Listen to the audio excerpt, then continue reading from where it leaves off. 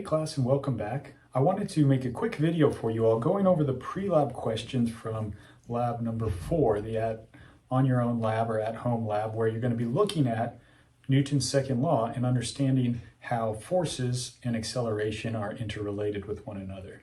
So there's 2 pre-lab questions to correspond to a couple of the different parts that you're going to be doing in the lab, really parts 1 and 3. Part 2 is just some algebra based on the result from pre-lab question number 1. But what you're asked to do is derive an equation for the acceleration of your cart as it is accelerated down a track by a drop mass. So here's the cart with its mass labeled MC, and here's the drop mass with a mass labeled M drop as it's going to be dropped down, or in fact, let's make it easier, I'm just going to call it MD for the drop mass. So if we want to go about trying to determine the acceleration, we need to start by drawing free body diagrams, doing some of the forces, going through the process that we're learning. So if we started by looking at the cart, we can do this for any object. So we're going to look at the cart, and we're also going to look at the drop mass, both. So if we start with the cart, its free body diagram is quite simple. All it has acting on it is the tension pulling it to the right. It has a normal force pushing upwards from the track, and it has its weight force going down.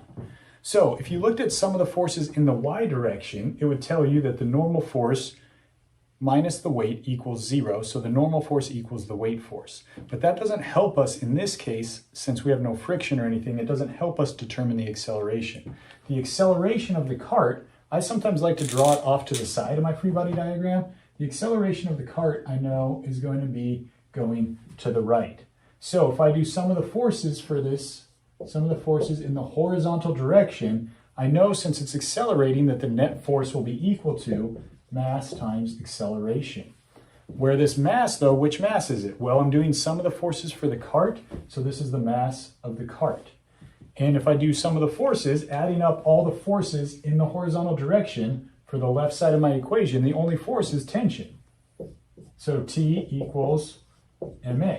Oh, nice, that's easy. Except we don't know what the tension is. And while the cart is moving down the track, it's not easy to measure the acceleration it's not easy to measure the tension while it's moving down the track. So we need to do something else to determine the acceleration. So since we got stuck looking at the cart, let's look at the drop mass. Maybe we'll get 2 equations and be able to substitute them together.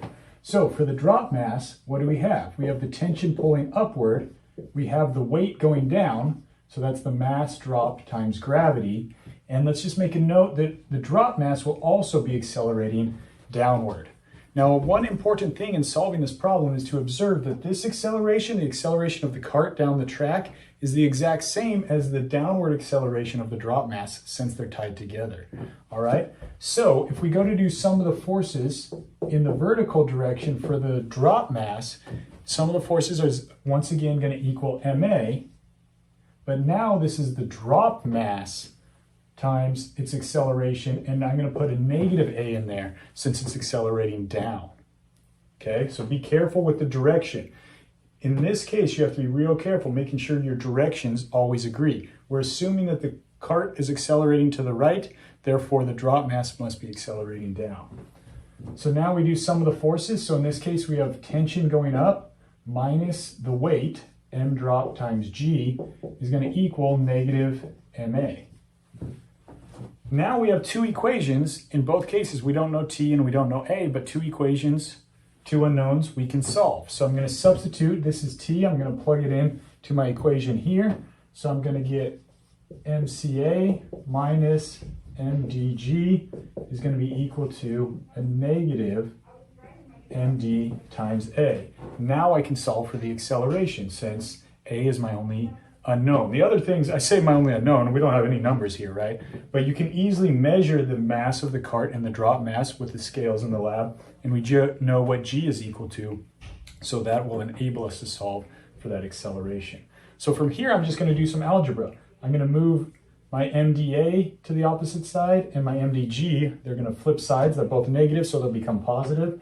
So I get MCA plus MDA equals MDG, and now I can factor out the A. In fact, check it out, I'll just do a little quick factoring out the A. And now I just divide both sides by the net weight of your two things added together, and you get a solution. So the acceleration is going to be equal to mdg over mass of the cart plus the drop mass. Boom, box worthy for sure. The cool thing is, if you look at this, if you think about this thing as an entire system, the entire system, the only force causing the system, the two things tied together to accelerate, is the weight of the drop mass. And that weight is accelerating both the cart and the drop mass. So if we thought about the system as a whole, what we would find is that this force is equal to the mass of the whole system times A. So if you looked and analyzed the system as a whole, you'd get the same exact equation. Or you can look at it by individual parts and put the two together. So that's the first pre-lab question. Now I want to talk about the next one, when you have a cart on a ramp. So you now will elevate the front legs of your ramp so that the cart is going to go up at an angle as the drop mass drops down. The process here, though, is going to be the exact same for trying to derive an equation. There's just some tricks I want to show you here, okay? So here's our cart. Let's look at analyzing the cart. Let's draw a free body diagram for the cart. So for its forces, we have its weight going straight down, the weight of the cart. We have the normal force, which is going to be perpendicular to the ramp. And then we have the tension, which is going up the ramp. Keep in mind, again, it's going to accelerate up the ramp as well. So in this one now, when you do some of the forces in the X, it gets a little tricky. I've seen some people try to do the same axes, call the X direction parallel to the ground and the Y direction perpendicular. But now all of a sudden the acceleration, if it's up the ramp, is partly in the, so it's accelerating this way, it's partly in the X and partly in the Y. Then you have to take your acceleration, break it down into X and Y components. It gets really tricky. The much easier solution that we're going to be practicing in class is to take that axis, like the X axis that's horizontal, and rotate it parallel to the ramp and call that your new X direction. Watch what I mean. So what I'm going to do is I'm going to call parallel to the ramp right here. I'm going to call this the X direction, and I'm going to call perpendicular to the ramp right here, that I'm going to call the Y direction. And when we do that, what we're doing is we're rotating our axes by theta degrees, the angle of the ramp. So if the angle of this ramp is theta right here, then we just rotate our axes by theta degrees.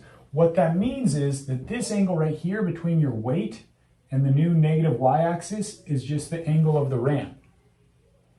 So just to zoom in on this, okay, I'm going to do it down here to make it clear. Just to zoom in, our weight, which is straight down, now needs to be broken into X and Y components. So if this is the weight of the cart, and this is our, again, X and Y axes, and this is our angle theta, we actually make a little triangle out of it. This is going to be the weight that's in the negative Y direction, and this is the portion of the weight in the negative X. So I'd call this WY, and I'd call this WX. And so we have to break that down into components. So WX is going to be equal to mass times gravity times the sine of theta, since it's the opposite side of our triangle. And WY is going to be equal to mass times gravity times the cosine of the angle theta. We need to do that first, so then we can go and do some of the forces. Okay, so if we come over here and we're again looking at the cart, and we want to do sum of the forces in the y direction equals ma, what we can do now is use this idea in combination with what we already know.